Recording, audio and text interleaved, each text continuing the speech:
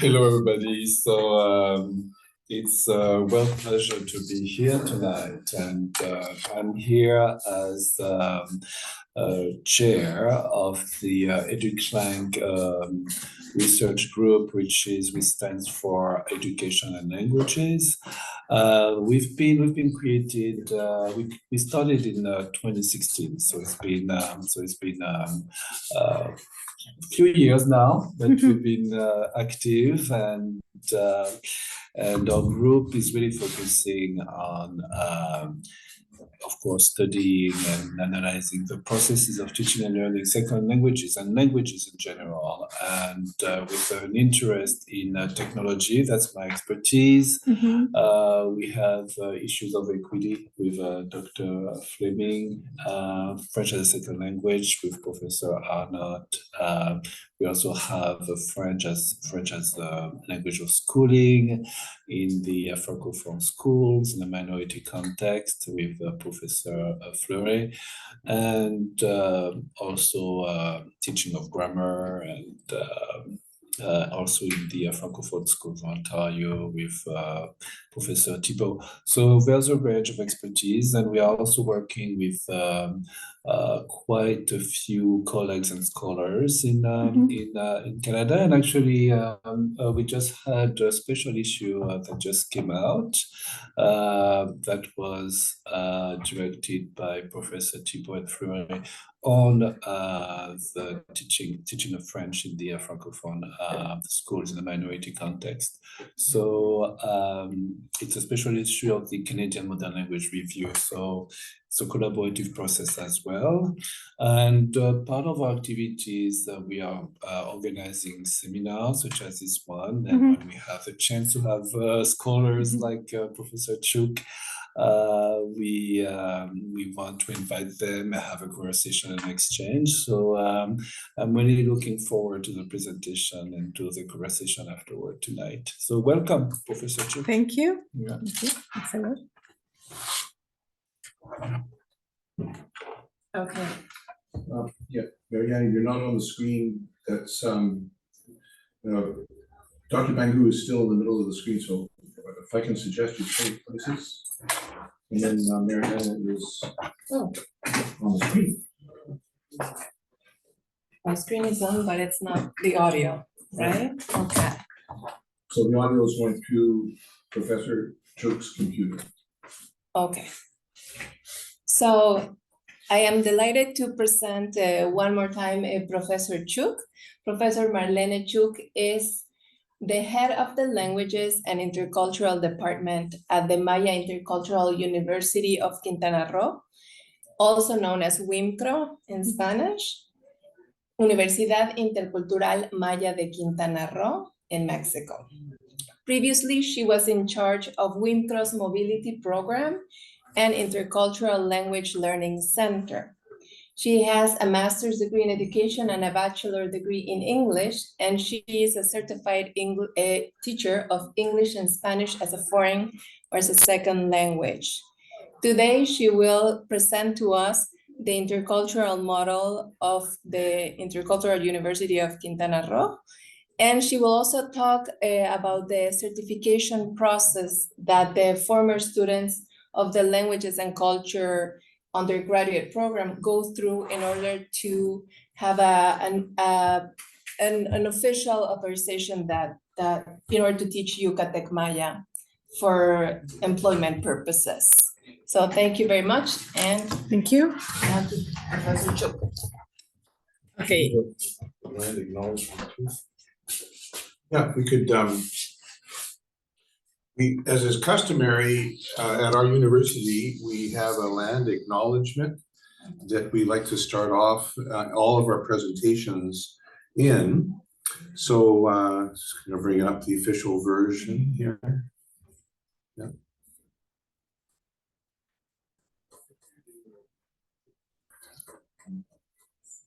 You have it.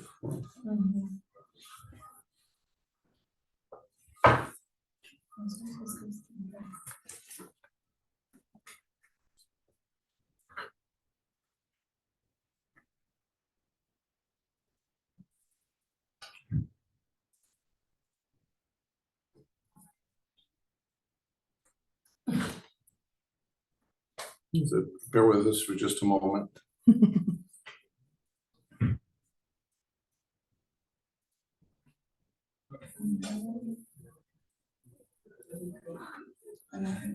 You had it when you search for land acknowledgement. All right. Yeah, search for land acknowledgement. You bring it up.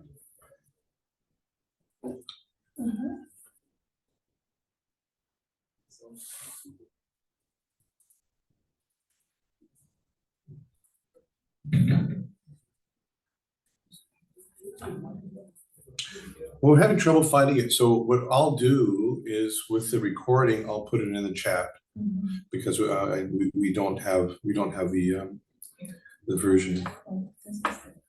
Yes. It's just that it's in.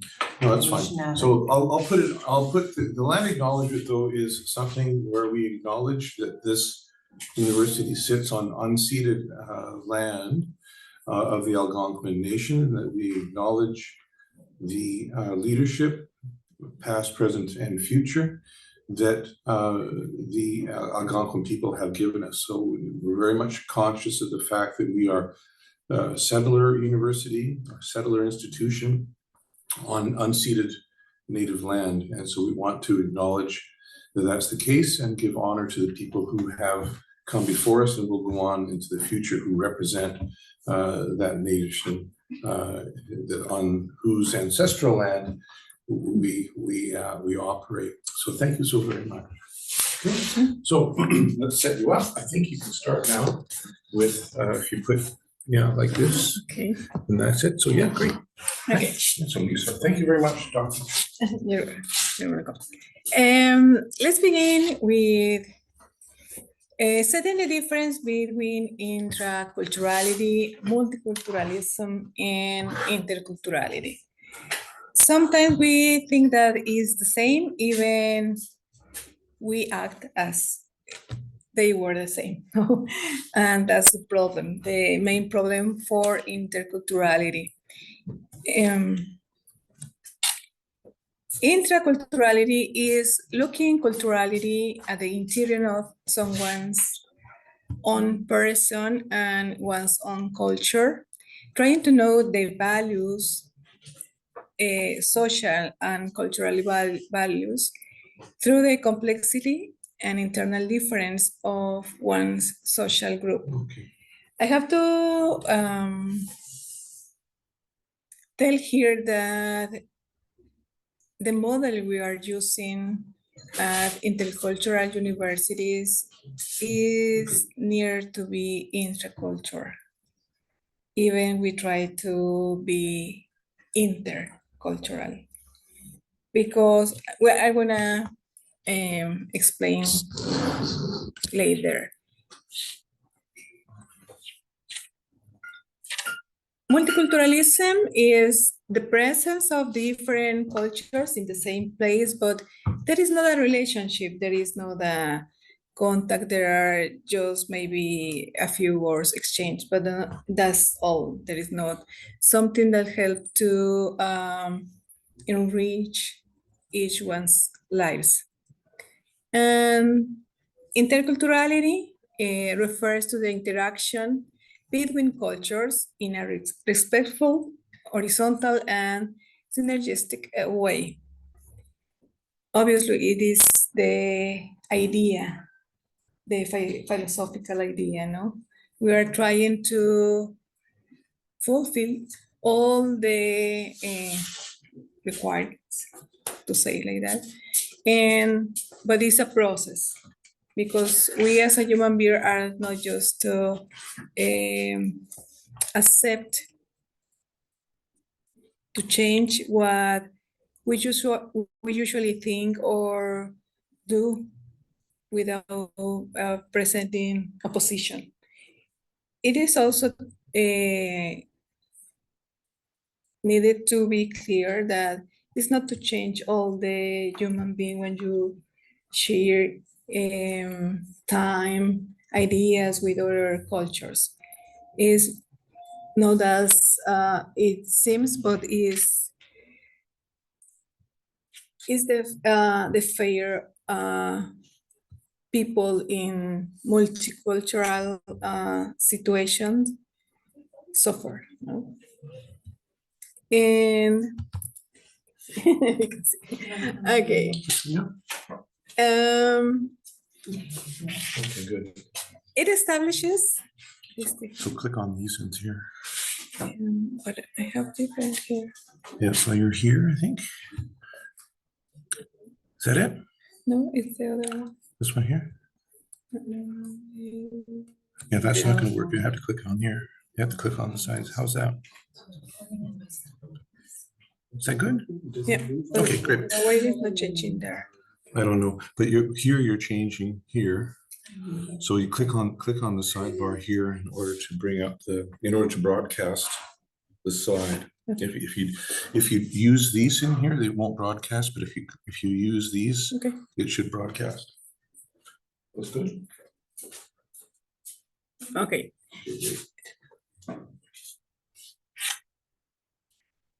Sorry, let's continue.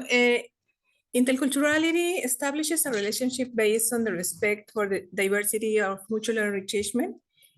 And as I said at the beginning, it's not a process that is free of conflicts. And there is a respect for diversity, looking for the mutual enrichment. That's the main idea of interculturality. Obviously, conflicts are solved through presentation of positions, opens to dialogue and understanding. Based on the above ideas, interculturality applies to the interactions that exist between different religions, origins, and political beliefs. Even our mother says that we don't talk about religion or political. No, but that's part of the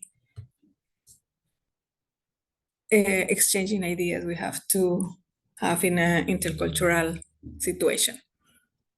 The bilingual education or the indigenous education in Mexico started in 1988 and was made official in that year. And the idea was to set a suitable curriculum for the systems and modalities of each indigenous population. Even the intercultural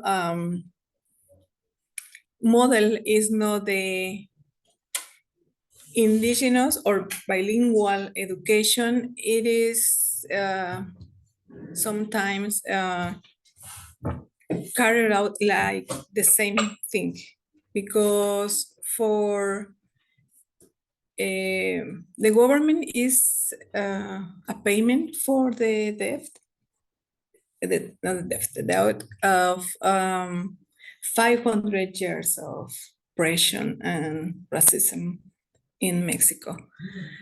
Well, the intercultural teaching model refers to programs and educational practices designed and implemented to improve the educational performance of the ethnic communities and cultural minorities. At the same time, to prepare majority students to accept and learn from culture and experiences of minority groups according to ranks. It is important to focus on indigenous people is always in a superior group in number and also in power, because majority groups have the control of the education and social and economic situation. Even the government is trying to do things in a different way. It is really hard to stop trying in that way, no? The intercultural teaching model, according to Monterrubio, is a proposal that is presented as an opportunity to move forward the challenge that is universal of the right to education, and at the same time to preserve in all the cultural identity, beginning with the language preservation. That's why I told at the beginning that it seems like it was an intracultural model, because since we began by preserving the language, we are choosing just a culture. Well, in the Maya Intercultural University, people just talk Spanish or Maya, and most of the cultural activities are related to Maya culture. That's why I said that is intraculture, no? In a certain way. Obviously, it is part of the payment that government is doing to indigenous groups, but it's not an intercultural model as it must thought. And paradigms of the intercultural teaching model are going to present just some of them. The ethnic addition is the inclusion at school, but without making changes. It is just a dream, because we know that as indigenous groups, they are not part of the culture or the traditions or ideas or the way in which indigenous people recognize the world. It is just something we have to fight for, because it's not just proposing a teaching model, it's also the respect for the knowledge. The self-definition development, it says that people should increase the self-definition, that is something like to propose in the intercultural ideas in the curriculum, and just to emphasize the importance of the contributions to different groups. However, there is a different attitude toward the other groups' knowledge, not just for indigenous people, also for every single human being. No, this is part of our nature, I guess. The cultural derivation refers to many young people from ethnic minorities who have to socialize in families and communities. So the acquisition of the cognitive abilities and cultural characteristics to be successful at school are not as easy as the white people, no. And obviously it brings up experiences of compensatory education of behavioral intent. The language. Most of the problems in education is the use of the language. In Mexico, indigenous groups, even after the linguistic rights, are taught in Spanish, not in the indigenous language. Even it is a bilingual model or indigenous model, teachers teach in Spanish, not in the indigenous language. If students are lucky and they have a teacher who speaks the language, the teacher uses the language just as a subject, not as a language for schooling, no? That is a really hard problem. Overall, if we are thinking about linguistic reversion or revitalization, it is something that we have to fight with. The racism is considered the main reason of schools' problems, one of the indigenous groups. In Mexico, there is not as strong law to make people respect other groups overall at school, but the racism is not as hard as it could be in other countries, but is something that you can see in the everyday life. I mean, if you go to the market, at least in Jose Maria Morelos, where is the university, you can see and listen to people who is speaking in Maya, and they stop talking when they ask for buying something, because supposedly they are not, it's not a matter of prestige to talk the language outside home, no?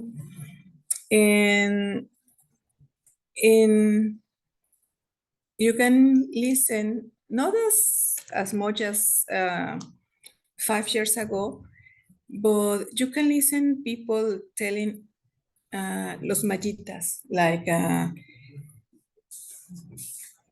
respectful form and a rude form.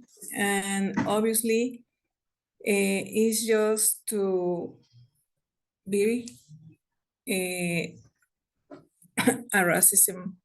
It is a racism situation, no? And the radical is expected to society accepts indigenous groups status. Even in Mexico, indigenous groups don't have a status like that, no? And if you belong or self-define as a member of an indigenous group, you are not first, you don't have the same rights, even law says the opposite. Is not the same for indigenous people. Genetic, and it says, and it is a really rude paradigm that it says that indigenous student is just part of the genetic, no? And that means that they are not able to learn as well as the rest of the students. And I have, well, when I began working, before I began working at the university, someone asked me what I should do to help my students to learn English, no? And I said, nothing is the same. They are like the rest of the students. And I had my best students were my speakers, because they have learned in Spanish, well, Maya, Spanish, and the third language is easier for them, no? And I think it's the idea that indigenous people learn in a different way. It could be because of the process, and they have learned, they respect all people a lot, and they learn from all people. That's the difference for me, but not because of a genetic situation, no? That's absurd. And the cultural pluralism says that the school has to promote cultural diversity, recognition in its programs. As I said at the beginning, it's something that is not as easy as it looks when schools have more than one culture, because in a certain way they have to decide for one, even they say no, but they have to decide one. And at the beginning of the university, all the protocolary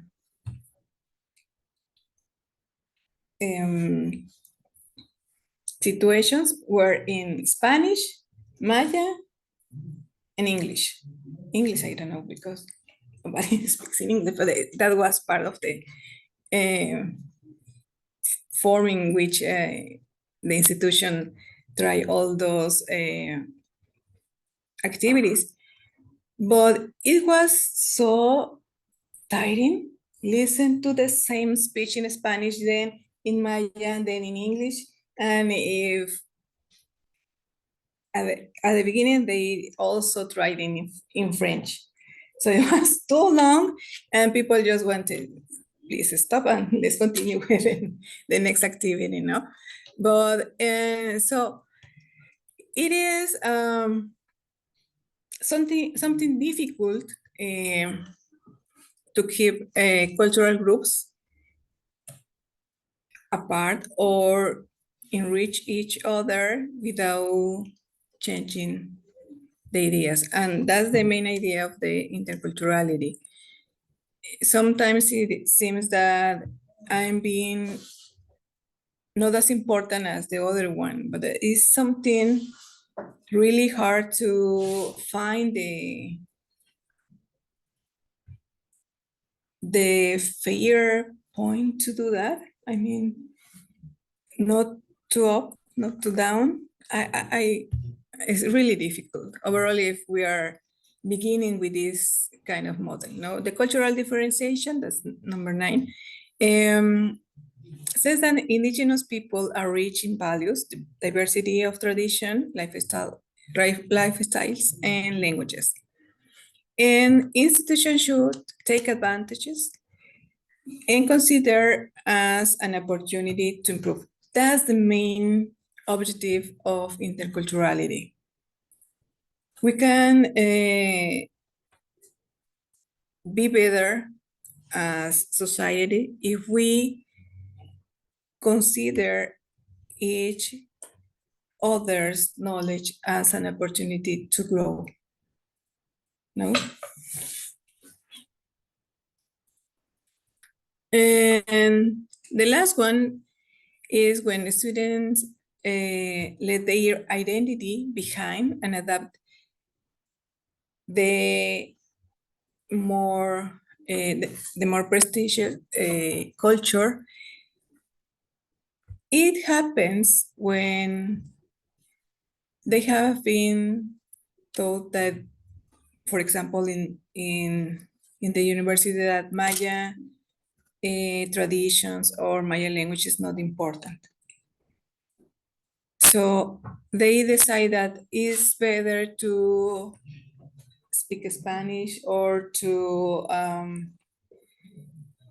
not to look for the way in which they can preserve and promote the language and the culture using the Spanish models. I mean,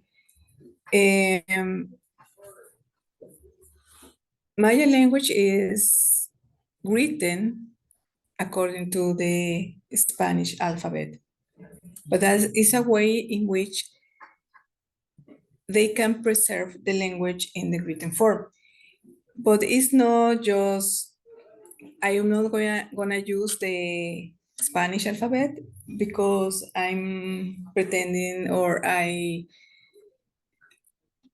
think is Maya is more prestigious. Maya doesn't have an alphabet. That's why they took the Spanish alphabet. That's something that it has to be clear, no? So what's the proposal? Is the educational responses to the challenge posed by multicultural phenomena in current society. A holistic paradigm is proposed that conceptualizes the school as an interrelated whole. The school environment as a whole is a system made up of a number of identifiable factors, such as staff attitudes in values, assessment, procedures, and strategies, curriculum, and teaching materials. In this intercultural school environment, each of these variables reflect social, cultural, and ethnic equality, even though the reform can begin in any of these variables considered. It must be extended to each of them to ensure the students from different groups experience the environment in a similar way. That's the most important, that all of the students can learn in the same way with the same opportunities. No? Interculturality began in European countries and the United States for helping to integrate immigrants. Later, it expanded to Latin American nations, and it arrived at Mexico in educational modality due to demands established in the international documents signed by Mexican government with respect to the collective rights that indigenous people should enjoy. The Zapatist army in 1996 was one of the main reasons to focus on indigenous people. They have to do it in a rude way, but it was necessary. So after the process and after the San Andres Agreement, there was a reform to the political constitution, and after that, the linguistic rights were recognized in the in 2003. Well, Monterrubio says that some historical moments in the formation process of intercultural education in Mexico is the San Andres Agreement. Then there was a reform in the political constitution in 2001, and then the General Law on Linguistic Rights in 2003. In 2004, the fourth Intercultural University was founded in the state of Mexico.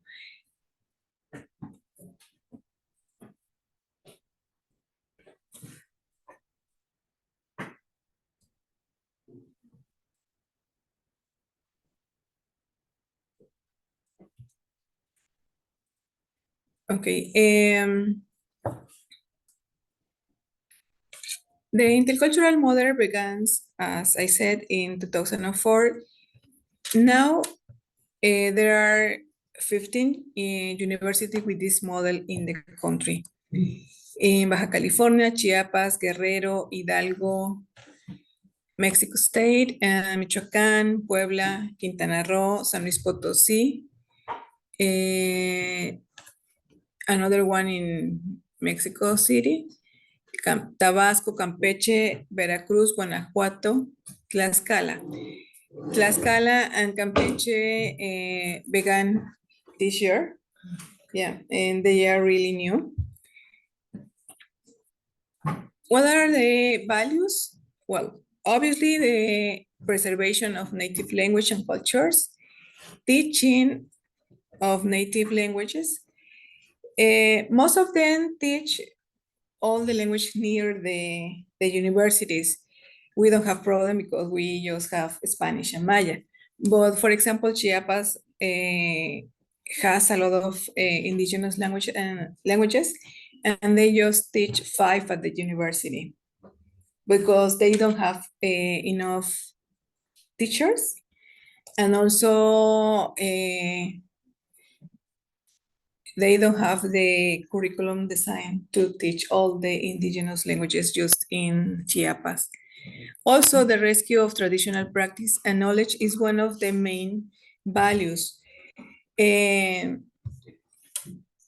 the university, we have a professor figure that is local wise men, that in Spanish are called sabios locales, that are people from the communities that are recognized because of the knowledge of the farm, medicinal plants, or the men that are the people who use plants and spiritual powers to heal people. So they are recognized at the university. Obviously, they are not paid as, as teachers. That's the problem, no? I mean, if we are telling that we are looking for the same, for equal situations for teachers, they have to be paid as the other teachers, no? So that's why I say that we are trying to fulfill all the requirements to be intercultural. Also, the model combines the education that involves technology and information generated in different cultures. It's not just rescue the local knowledge, it's also combine and learn from different cultures. Obviously, the technology is part of that culture, no? Well, the Intercultural Maya University of Quintana Roo began in 2006 with the Decreto de Creación. And it has been reformed with different for the last president, but we expect that we can continue better than we are now. Well, we are situated in the south of Mexico, near to Mérida, Yucatan, not too far from Cancun, from the touristic zone. We don't have too many attractions. We are in the middle of the world, we say, because we are 2 hours far from Mérida, 4 from Cancun, 2 from Chetumal, and if you take a plane, well, you have to. Anyway.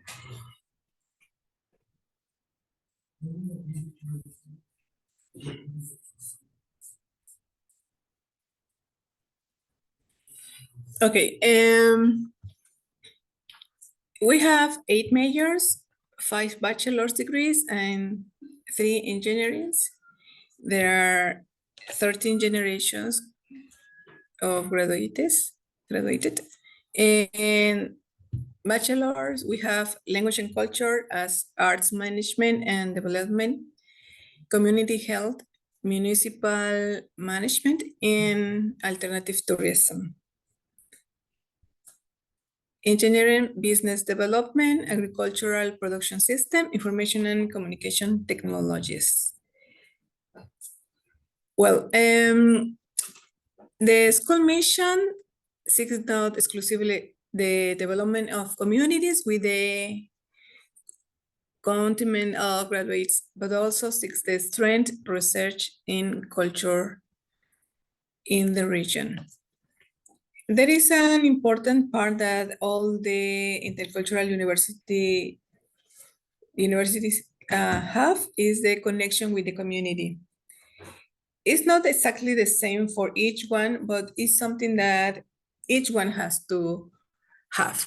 And it is the articulation of the content of the curricular map that results in a proposal that in some intercultural organization is known as an integrative project. We don't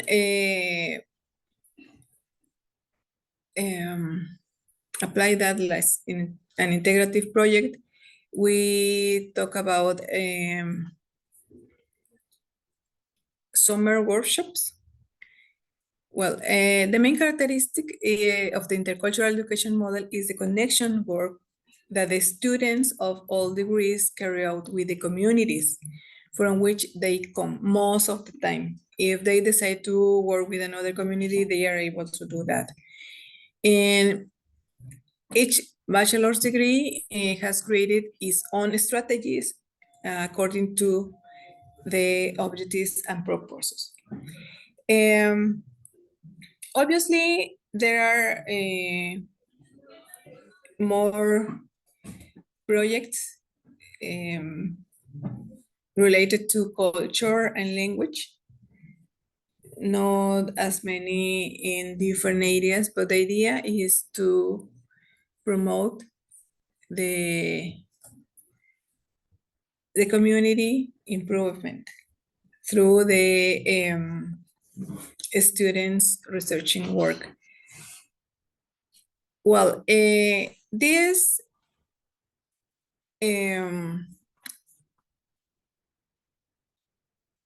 process the students have to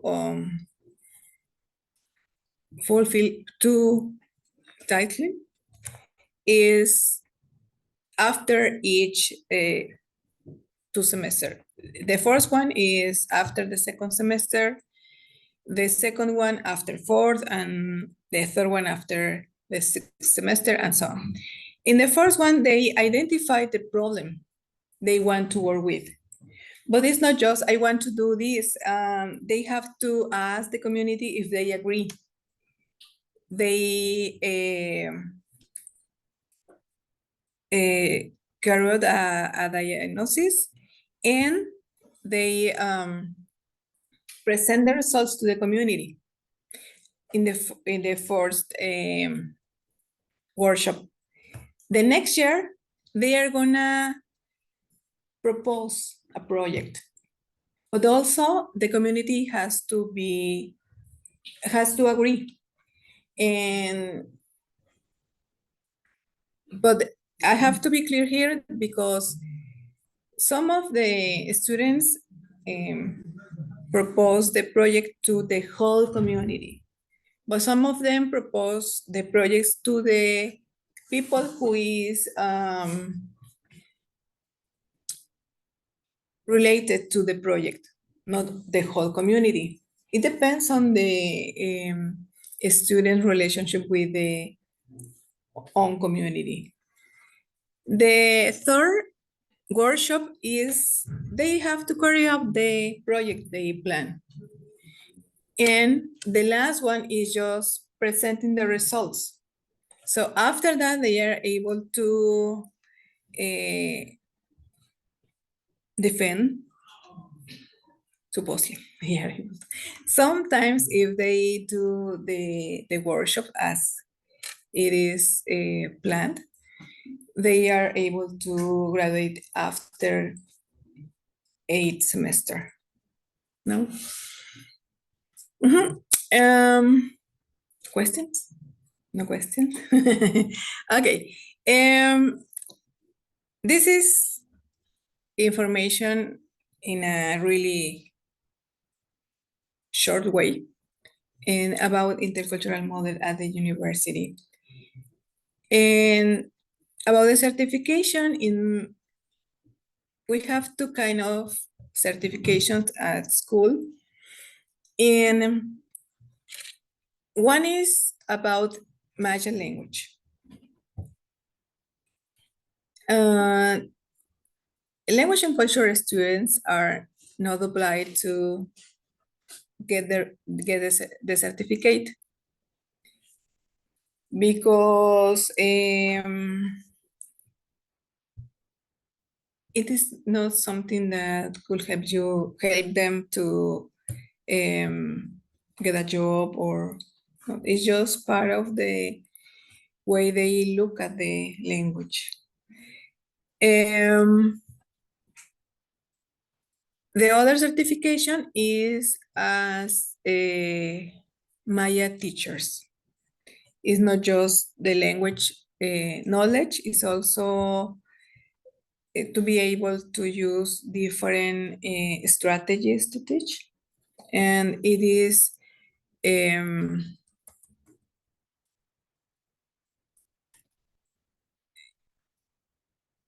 in coordination with INALI, that is the National Institute of Indigenous Languages, and is part of the Education Ministry. They have approved that. That is, the idea is that all the students in language and culture could get the certification, but it's a process that we are trying to make possible, no?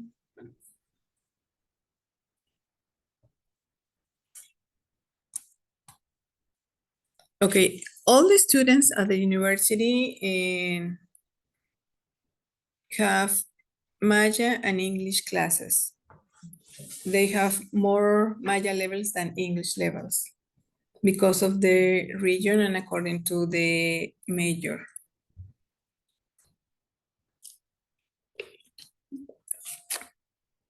In Maya, Maya teachers from the university work with the standardization, and they look for the way to set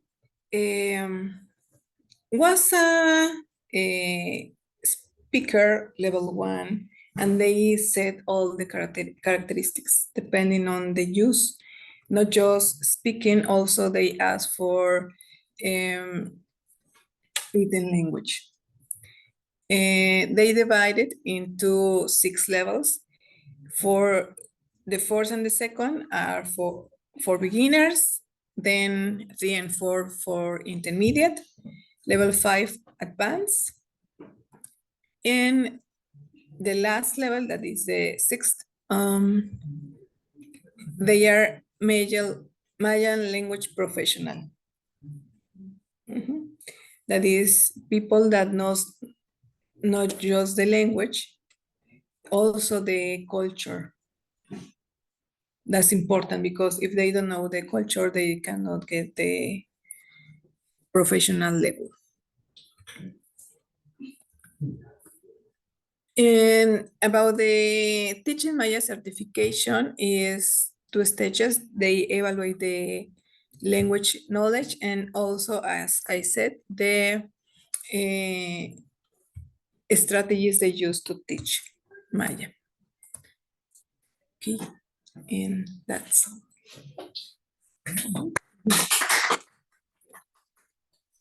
I don't know if there is any questions. Maybe what I should do is turn off the recording, Okay. and then we can have a discussion just amongst here. Let me make sure I get this right. So I'm going to stop the share. So this is going to be posted on the EduClan website. I'm going to stop sharing the screen, and then I'm now going to stop the recording, and then we will have a discussion amongst the people who are here.